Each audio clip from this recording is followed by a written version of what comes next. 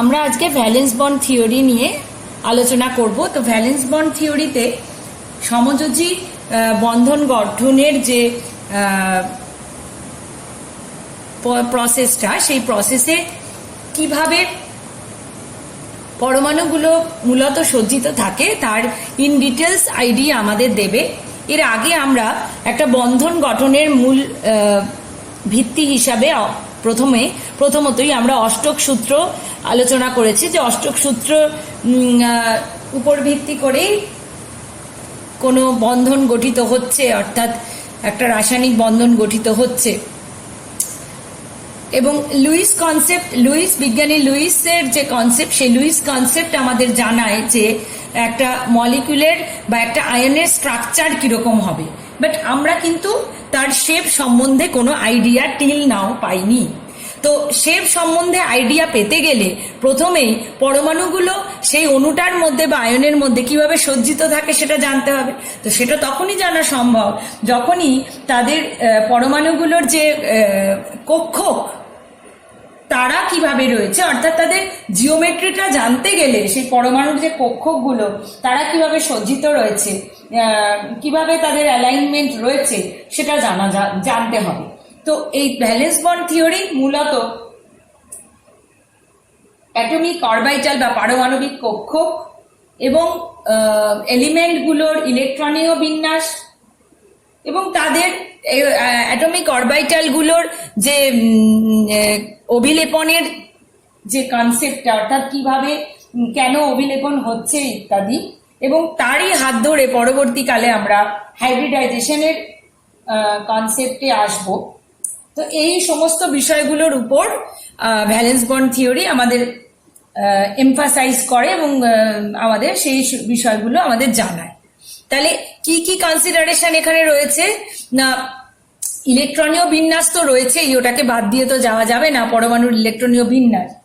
এছাড়া পারমাণবিক কক্ষক অর্থাৎ অ্যাটমিক অরবিটালগুলোর তাদের অ্যালাইনমেন্ট এবং তাদের ওভারল্যাপিং, কিভাবে তারা অভিলেপন করছে এবং সেখান থেকে পরবর্তীকালে হাইব্রিড অরবিটাল তৈরি করছে এবং কিভাবে সজ্জিত রয়েছে, যেটা আমাদের একটা অণু বা আয়নের সমযোজী বন্ধনে আবদ্ধ কতগুলো পরমাণু যে অণু বা আয়ন তৈরি করছে তার এক্স্যাক্ট জিওমেট্রি বা সম্ভাব্য জিওমেট্রি ধারণা দিতে হেল্প করছে।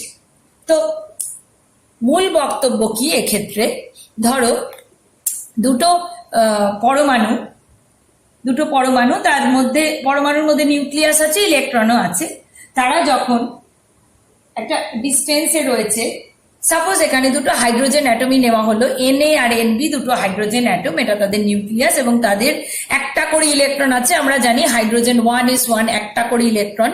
প্রথম এ হাইড্রোজেনের ইলেকট্রনকে Ea বলা হলো, বি হাইড্রোজেনের ইলেকট্রনকে Eb বলা হলো। তো এরা প্রথমে দূরে রয়েছে এবং দূরে আছে যখন, যে সময়টা ওরা দূরে রয়েছে, তখন তাদের প্রত্যেকের নিউক্লিয়াসের সাথে তাদের নিজস্ব ইলেকট্রনের একটা আকর্ষণ বল রয়েছে।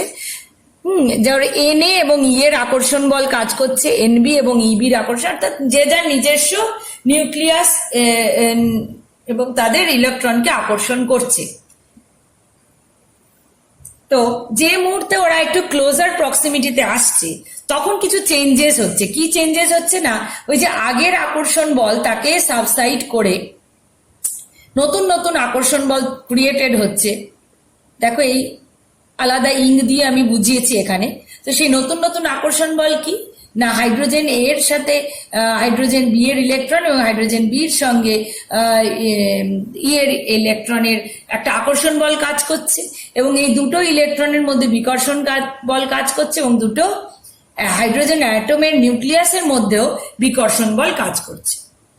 তো এইভাবে বিভিন্ন নতুন ধরনের আকর্ষণ বল ও বিকর্ষণ বল তখনই ক্রিয়াশীল হচ্ছে যখন এরা কাছাকাছি আসছে। তো কাছাকাছি আসার পর একটা নির্দিষ্ট দূরত্বে যখন আসছে তখন দেখা যাচ্ছে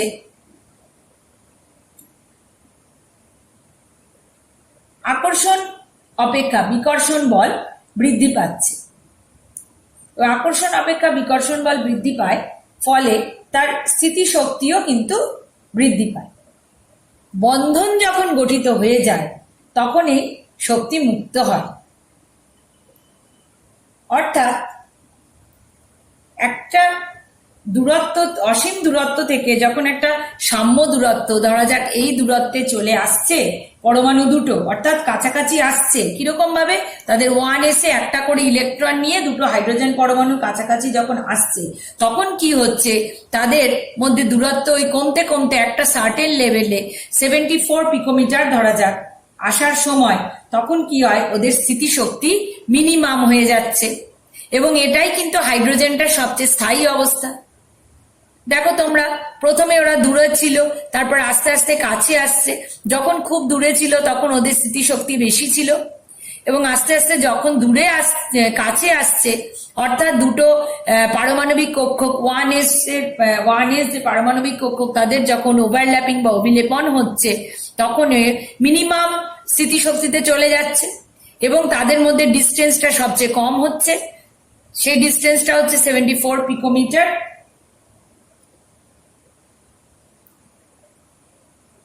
এবং তখন হাইড্রোজেনের সবচেয়ে স্থায়ী অবস্থা বোঝাচ্ছে।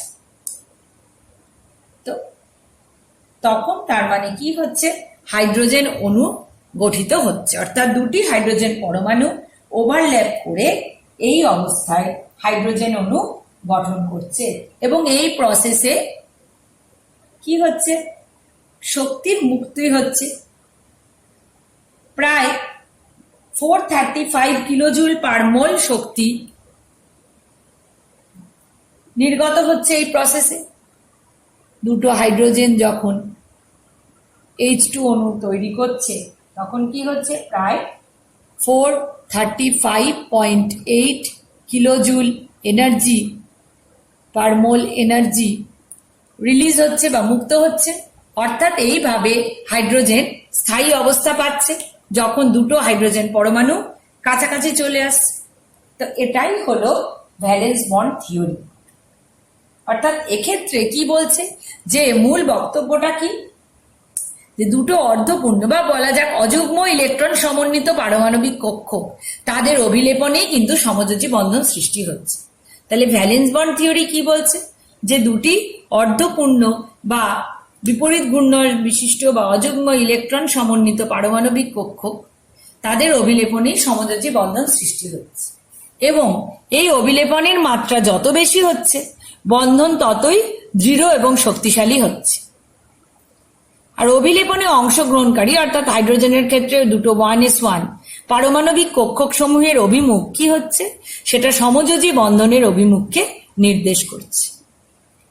তাহলে আমরা কি বুঝলাম, না দুটো পরমাণু যখন দূরে রয়েছে তখন তাদের স্থিতিশক্তি অনেক বেশি, অর্থাৎ যখন আকর্ষণ অপেক্ষা বিকর্ষণ বলই বেশি। আস্তে আস্তে যখন তারা ক্লোজার হচ্ছে, সবচেয়ে কাছে যখন এলো, যখন অভিলেপন হলো, তখন তাদের স্থিতিশক্তি মিনিমাম। হাইড্রোজেনের ক্ষেত্রে দুটো পরমাণু যখন এই পরিস্থিতিতে আসে, তখন তাদের বন্ধন দৈর্ঘ্য হয় 74 পিকোমিটার।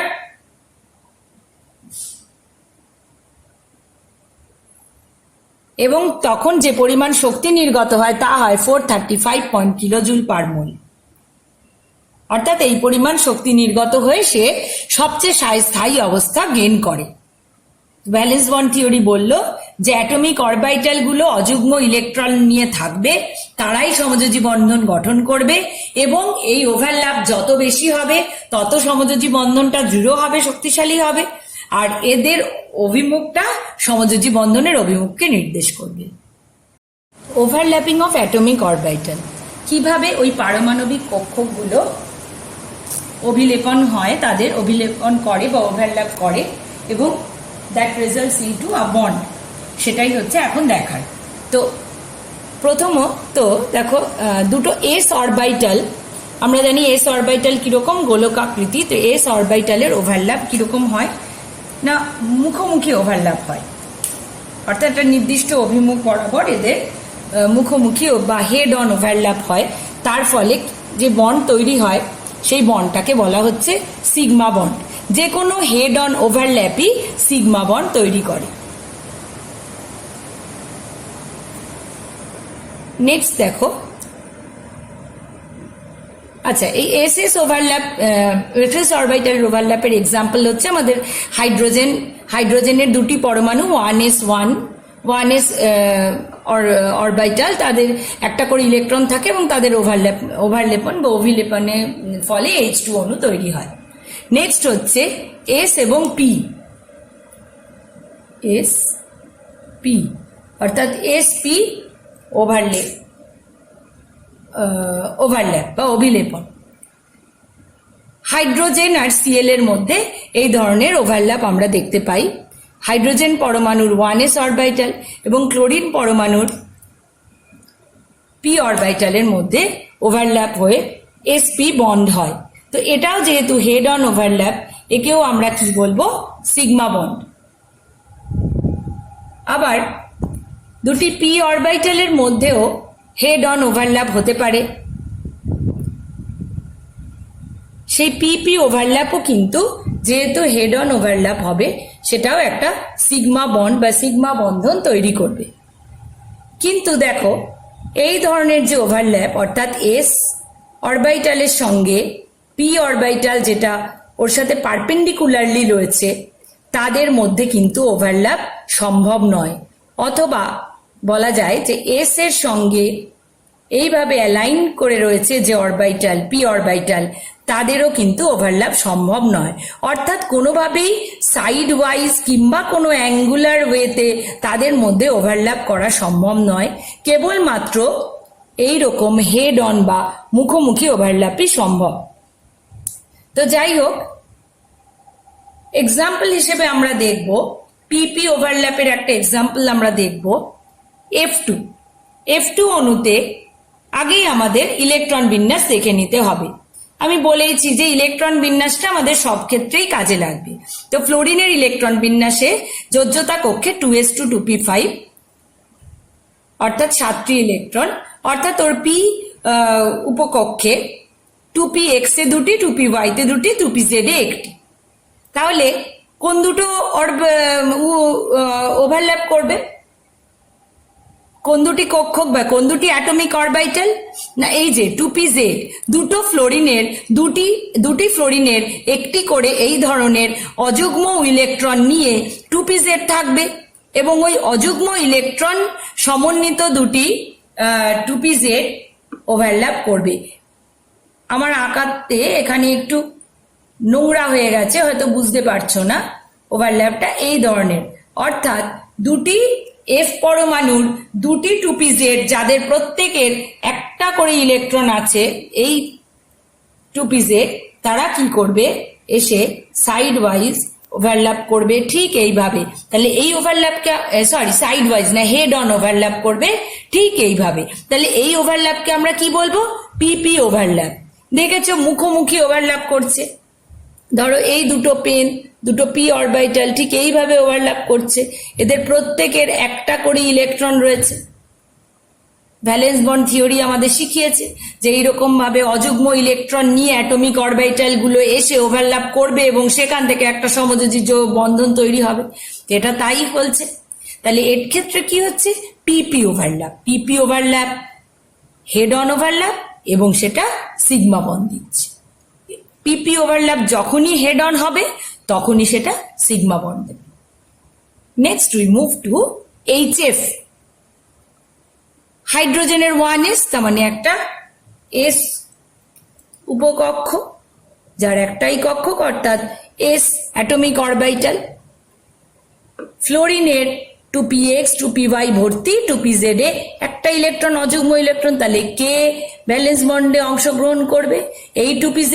তাহলে এই 2pz একটা ইলেকট্রন নিয়ে এলো, এস এর কাছে একটা ইলেকট্রন আছে, দুজনে মিলে পেয়ার্ড আপ হলো এবং একটা কোভ্যালেন্ট বন্ড তৈরি করলো এবং এই অ্যাটমিক অরবিটাল গুলো ওভারল্যাপ করলো। কিরকম overlap? Head on overlap, S আর পি, তাহলে এসপি ওভারল্যাপ।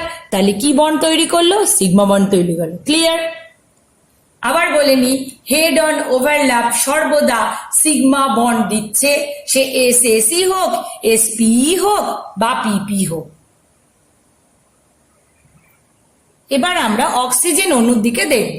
অক্সিজেন অণুতে দুটি অক্সিজেন পরমাণু, আমি শুধু যোজ্যতা কক্ষের ইলেকট্রন বিন্যাসই করেছি, 2s2 2p4।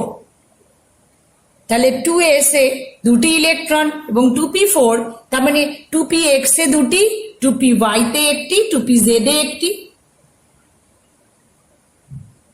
তাহলে আমাদের ভ্যালেন্স বন্ডের নিয়ম অনুযায়ী কি দরকার? এমন অ্যাটমিক অরবিটাল দরকার যাতে একটা করে ইলেকট্রন আছে। তাহলে অক্সিজেনের ক্ষেত্রে আমরা দেখছি 2pz এ একটা ইলেকট্রন আছে। তাহলে দুটো অক্সিজেন পরমাণুর মধ্যে যদি কোভ্যালেন্ট বন্ড তৈরি করতে হয় তাহলে আমার কি লাগবে? একটা করে অ্যাটমিক অরবিটাল এমনই লাগবে যাতে একটা করে ইলেকট্রন থাকবে। তাহলে প্রত্যেকটা ও পরমাণুর এরকম একটা করে 2pz আছে যাতে একটা করে ইলেকট্রন, তাদের মধ্যে প্রথমে ওভারল্যাপ হবে। হলো আগের মতোই। কিরকম ওভারল্যাপ? এটাও কিরকম ওভারল্যাপ? প্রথম যেটা বললাম আমরা, পিপি হেড অন ওভারল্যাপ, অর্থাৎ দুটো pz ওভারল্যাপ করলো, যেটা কিনা একটা সিগমা বন্ড দিল। এখন দেখো তাকিয়ে, আরো একটা কিন্তু এমন অ্যাটমিক অরবিটাল আমাদের রয়েছে যেখানে একটা করে ইলেকট্রন রয়েছে, সেটা কি? 2py। তাহলে দুটো অক্সিজেনের এই ধরনের একটা একটা করে 2py আছে যেখানে একটা করে ইলেকট্রন বসে আছে। তাহলে ভ্যালেন্স বন্ড থিওরি অনুযায়ী তারাও তো ওভারল্যাপ করলো। তাদের ওভারল্যাপের ধরনটা কিরকম হলো? পাশাপাশি। অর্থাৎ মনে করো এই দুটো পেন পাশাপাশি এইভাবে ওভারল্যাপ করলো। দুটো পেন যেন পি অরবিটাল কাছে এলো এবং এইভাবে ওভারল্যাপ করলো। দুটো পেন দুটো পি অরবিটাল কাছে এলো, এরকম পাশাপাশি ভাবে দুই বন্ধু যেন হাত ধরে যাচ্ছে ঠিক সেইভাবে ওভারল্যাপ করলো। তাহলে এই ওভারল্যাপ কি দিচ্ছে? একটা অন্য ধরনের বন্ড দিচ্ছে। সেই বন্ডটাকে কি বলা হচ্ছে? বলা হচ্ছে পাই বন্ড। দেখো দুটো 2pz আমি এঁকেছি, একটা করে লোন ইলেকট্রন নিয়ে রয়েছে, তাদের মধ্যে ওভারল্যাপ হচ্ছে, এরকম হালকা নীল ড্যাশ ড্যাশ দিয়ে বোঝানো হয়েছে। তো সেই ওভারল্যাপ কি দিচ্ছে, কি রেজাল্ট করছে? Pi bond. পাই বন্ড তৈরি করছে। তাহলে পিপি ওভারল্যাপ যখন পাশাপাশি হচ্ছে বা সাইড ওয়াইজ হচ্ছে বা ল্যাটারাল হচ্ছে, তখন কি হচ্ছে? পাই বন্ড তৈরি হচ্ছে।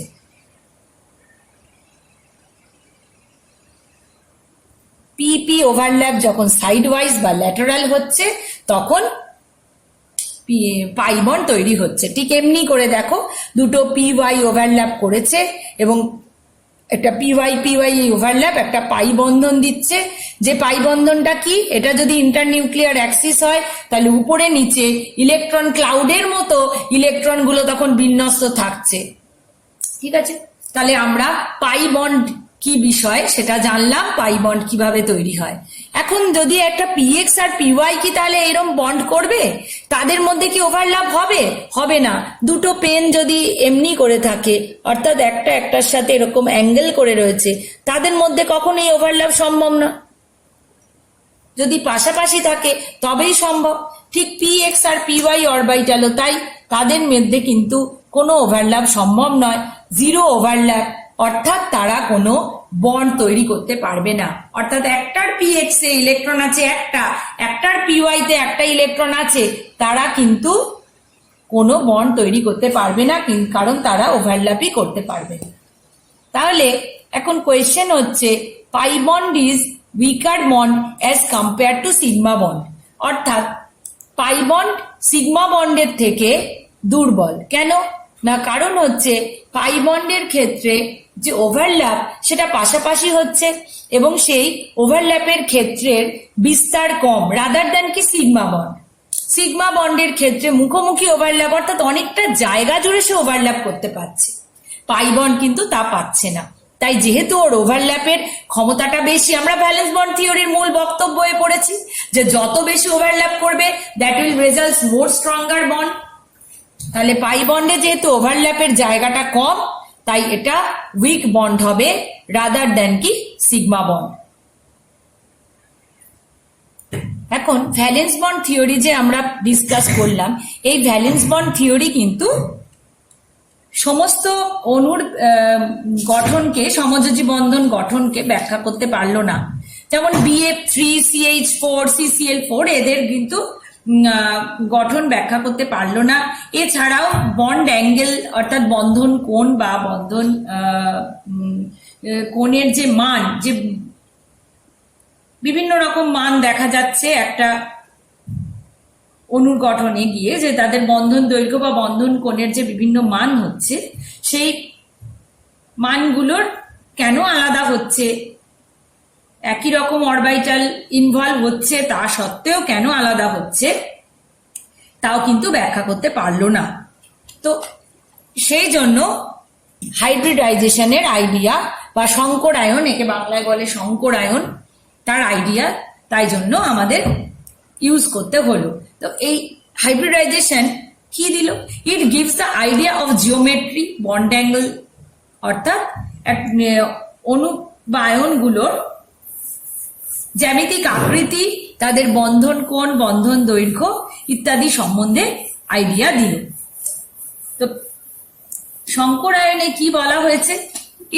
It's basically mixing of atomic orbitals. দেখো ভালো করে, BF3 আমরা তো বললাম যে ভ্যালেন্স বন্ডের ব্যাখ্যা করতে পারলো না, কিন্তু কেন সেটা তো জানতে হবে। BF3 এর সেন্ট্রাল অ্যাটম বোরন, বোরনের ইলেকট্রনীয় বিন্যাস 1:2:2p1, অর্থাৎ 2:2p1 হলো ওর ভ্যালেন্স শেল ইলেকট্রনিক কনফিগারেশন। তো দেখো 2:2p1 আমরা দেখছি ভ্যালেন্স বন্ডের থিওরি অ্যাপ্লাই করেই এখন দেখব যে 2px এ একটা অযুগ্ম ইলেকট্রন নিয়ে 2px বসে রয়েছে, কিন্তু আমার F3 অর্থাৎ 3টে ফ্লোরিনকে জায়গা দিতে হবে। তো এইভাবে কেবলমাত্র একটা ফ্লোরিনকেই তো জায়গা দিতে পারি, তাই না? মানে একটা ফ্লোরিনের একটা ইলেকট্রন নিয়ে যে অরবিটালটা রয়েছে, যে ফ্লোরিনের ইলেকট্রন বিন্যাস করেছি, যেখানে 2ps 2py 2pz 2pzটা খালি রয়েছে, খালি না সরি, একটা ইলেকট্রন নিয়ে বসে রয়েছে। ভ্যালেন্স বন্ড থিওরি অনুযায়ী ওই একটা ইলেকট্রন সমন্বিত অ্যাটমিক অরবিটাল এসেই তো অন্য একটি পরমাণুর একটা ইলেকট্রন সমন্বিত অ্যাটমিক অরবিটালের সাথে ওভারল্যাপ করবে এবং বন্ড তৈরি করবে। তো তাহলে সেই অনুযায়ী দেখতে গেলে বোরনের কেবলমাত্র একটা সেই ধরনের অরবিটাল রয়েছে, কিন্তু ওকে জায়গা দিতে হবে 3টে ফ্লোরিনকে, তাহলে কি করে হবে? অর্থাৎ ভ্যালেন্স বন্ড থিওরি ফেল করে যাচ্ছে এক্ষেত্রে। তাহলে কি করতে হবে? এই পরমাণুটাকে আমাদের এক্সাইট করতে হবে, অর্থাৎ এটি যদি শক্তি শোষণের মাধ্যমে উদ্দীপ্ত অবস্থায় যায়, তখন কি হবে? তখন ওর এই 2s এর ইলেকট্রন শিফট করে কোথায় যাবে? খালি 2p কক্ষকে চলে যাবে। দেখো 2s থেকে একটা ইলেকট্রনকে আমরা নিয়ে গিয়ে ওকে এনার্জি দিলাম, ও উত্তেজিত অবস্থায় গেল, দিয়ে ঠিক যেন সিঁড়ি দিয়ে লাফিয়ে লাফিয়ে ওঠার মতো 2s এর একটা ইলেকট্রন 2pর একটা খালি কক্ষকের মধ্যে চলে গেল। এখন কি পেলাম আমরা? একটা s পেলাম, দুটো p পেলাম। কিরকম পেলাম? ওই একটা করে ইলেকট্রন নিয়ে পেলাম, যাতে করে আমরা কি সুন্দরভাবে 3টে f কে জায়গা দিতে পারলাম। তাহলে এই একটা s আর দুটো p মিশে গেল, মিক্সিং হলো। তাহলে একটা s আর দুটো p থেকে কি হলো? sp2। একে বলা হয় sp2 সংকর কক্ষ। তাহলে এর সংখ্যা কত হবে? কত হবে বলো তো সংখ্যা? যে কটা অ্যাটমিক অরবিটাল মিক্সিং হবে তাদের যে নাম্বার, তাদের যে যোগফল, সেই সংখ্যা কি হবে? সংকর কক্ষকের সংখ্যা। বোঝা গেল না তো? আবার বলছি, ধরো একটা s আর দুটো p মিশলো, তো তাহলে একটা s দুটো p সংখ্যা কত হলো? 1 + 2 3। তাহলে 3টে কক্ষক, এই 3টে কক্ষক 3টেই হাইব্রিড অরবিটাল বা 3টেই সংকর কক্ষক তৈরি করবে, কিন্তু তাদের নাম আমরা কি বলবো? sp2। তাহলে তাদের প্রত্যেককে আমরা কি দিয়ে চিহ্নিত করব? কি বলে ডাকবো? রাম, শ্যাম না যদু, কি বলে ডাকবো? না sp2 সংকর কক্ষক বলে ডাকবো। ঠিক আছে? তাহলে এখন এই হাইব্রিডাইজেশন হওয়ার পর অর্থাৎ মিক্সিং অফ অ্যাটমিক অরবিটাল হওয়ার পর বোরনকে দেখতে কেমন লাগলো? বোরনকে ঠিক এইরকম দেখতে লাগলো। এই তিনটে লোব বোঝাচ্ছে কি ওর হাইব্রিড অরবিটাল। এবং কি হাইব্রিড অরবিটাল? নামটা কি তার? sp2 hybrid orbital. এতক্ষণ অবধি আমরা শুধু বোরনের sp2 হাইব্রিড অরবিটালই তৈরি করলাম। এবার আমরা দেখব লাভটা কি হলো, অর্থাৎ এই sp2 হাইব্রিড অরবিটাল ফ্লোরিনের সঙ্গে আদৌ কি বন্ড তৈরি করতে পারলো, নাকি মিছিমিছি আমরা এসব মিক্সিং টিক্সিং করলাম। ছবিটা দেখি ভালো করে। বোরন সেন্ট্রাল অ্যাটম,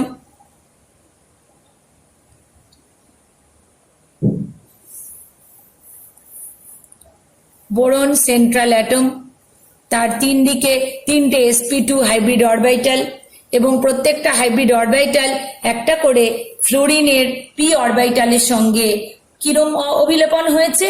মুখোমুখি অভিলেপন। এই প্রসঙ্গে বলে রাখি, হাইব্রিড অরবিটাল যেগুলো এবার থেকে আমরা দেখবো না তৈরি হচ্ছে, আমরা নিজেরাও খাতায় কলমে বসে সুন্দর তৈরি করে ফেলবো, তারা কিন্তু কখনোই পাশাপাশি অভিলেপন করতে পারে না। কারণ তারা তো একটা নির্দিষ্ট ত্রিমাত্রিক বিন্যাস, একটা নির্দিষ্ট একটা অভিমুখে বিন্যস্ত। হ্যাঁ, তো তারা কি করে? তারা কিন্তু কখনোই পাশাপাশি ওভারল্যাপ করতে পারে না। তারা সবসময় হেড অন ওভারল্যাপ করে এবং সিগমা বন্ড তৈরি করে। তো দেখো sp2 হাইব্রিড অরবিটাল গুলো, তিনটে sp2 হাইব্রিড অরবিটাল কি সুন্দর তিনটে ফ্লোরিন অ্যাটমের ওই একটা করে ইলেকট্রন সমন্বিত 2p অরবিটালের সঙ্গে সুন্দর বন্ড তৈরি করলো। কি বন্ড? sp2p অভিলেপন করে কি বন্ড হলো? সিগমা বন্ধন তৈরি হলো। তাহলে এখানে 2pর একটা পি এই 2pর একটা করে পি এইভাবে তাহলে সিগমা বন্ড তৈরি করলো sp2র সঙ্গে। এখন আমরা আঁকলাম, দেখো একটা প্লেনে তিনটে sp2 রয়েছে, এইভাবে বিন্যস্ত রয়েছে। যদি অসংকরায়িত পি কক্ষক থাকে তাহলে তারা কি করতে পারে? পাই বন্ধন তৈরি করতে পারে। অর্থাৎ যদি পি কক্ষক এমন থাকে, যদি অসংকরায়িত থাকে, কার না? ওই সেন্ট্রাল অ্যাটমের, তাহলে তারা কি করতে পারে? পাই বন্ধন তৈরি করতে পারে। পাই বন্ধন আমরা কিরকম পড়েছি না, পাশাপাশি বা ওভারল্যাপ করে হচ্ছে। তাহলে এই যে sp2 হাইব্রিড অরবিটাল এরা কি জ্যামিতিক আকৃতি দিল? আমরা যে এই জ্যামিতিক আকৃতির প্রচেষ্টাতেই রয়েছি, এরা কি জ্যামিতিক আকৃতি দেবে না? ট্রায়াগোনাল প্ল্যানার। ট্রায়াগোনাল প্ল্যানার অর্থাৎ ত্রিকোণীয় সমতলীয়। ত্রিকোণীয় সমতলীয়। এই তিনটে sp2 হাইব্রিড অরবিটাল একই তলে রয়েছে এবং একটা ত্রিভুজ যদি ড্র করি, দেখো একটা ত্রিভুজ যদি ড্র করি এইভাবে, তাহলে সেই ত্রিভুজের তিনটি শীর্ষবিন্দুর দিকে বিন্যস্ত রয়েছে। তিনটে শীর্ষবিন্দুর দিকে বিন্যস্ত রয়েছে।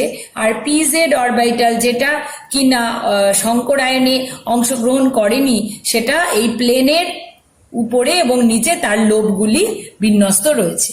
অর্থাৎ ওই প্লেনের মধ্যে হাইব্রিড অরবিটালগুলি রয়েছে, অসংকরায়িত পি কক্ষকটা প্লেনের উপরে এবং নিচে বিন্যস্ত রয়েছে।